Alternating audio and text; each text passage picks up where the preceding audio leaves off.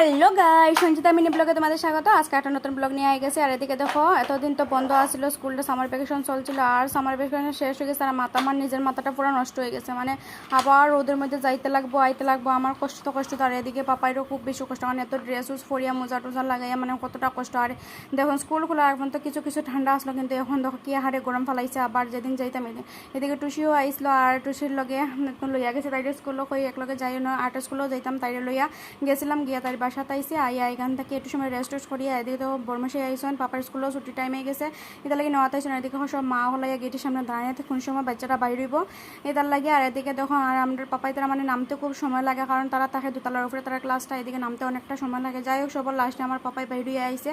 দেখো বাইরিয়ে আইতে দেখো তার পাপার কাছে দৌড় দিছে তার পাপারা দেখে। আর এদিকে দেখো তার পাপার কাছে গেছে গিয়া। যাই হোক তারপরে স্কুল থেকে আই গেছে গড়ো হওয়ার পরে প্রচণ্ড গরম লাগে। আর আজকে ব্লগটা এই পর্যন্ত ভালো লাগলো, অবশ্যই লাইক কমেন্ট